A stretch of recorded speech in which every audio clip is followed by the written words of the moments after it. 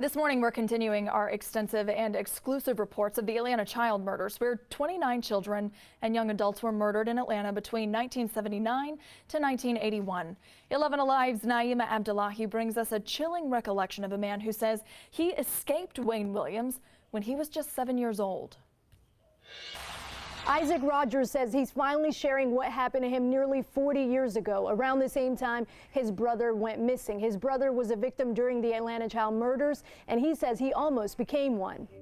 They got the right guy. That was one of the most frightening times of my life, which automatically means you are going to be very detailed in what you're observing, and you're going to remember this person's face. Nearly 40 years ago, Isaac Rogers says he walked to a neighbor's apartment with his two cousins, and as they were walking out, it turned into a nightmare. As we got ready to exit her porch and walk down the stairs, that's when the guy that I now know of as Wayne Williams stepped from behind the wall to block us off from going down the stairs. He says his two cousins got away, which left him by himself.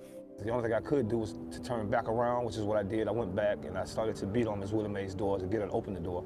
Isaac Rogers says Wayne Williams was still approaching him when the neighbor came to the door. Which is how I was able to tell in such detail everything he was wearing. He says he's kept this secret for years because of fear. I feel great now because I had a chance to share my secret with the rest of the world. Isaac Rogers says he doesn't know if Wayne Williams killed all the victims, but he says that's his brother's killer, 16-year-old Patrick Rogers, who went missing after he walked Isaac to his school bus on November of 1980.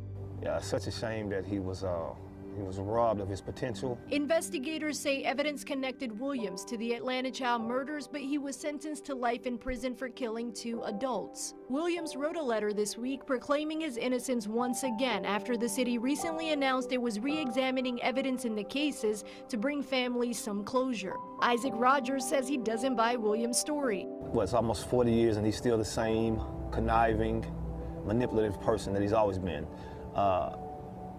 As far as writing letters, that doesn't mean anything. He says he's thrilled the city will now build a memorial for all the victims, a request from a grieving mother that 11 Alive brought to the city's attention. It gives us an opportunity to know that it's documented. It will be documented in history, that the world won't forget about the travesty that took place here. And he has one suggestion for the memorial. That photo should be one of the main centerpieces for the memorial, so that each family will know that, hey, we grieve with you.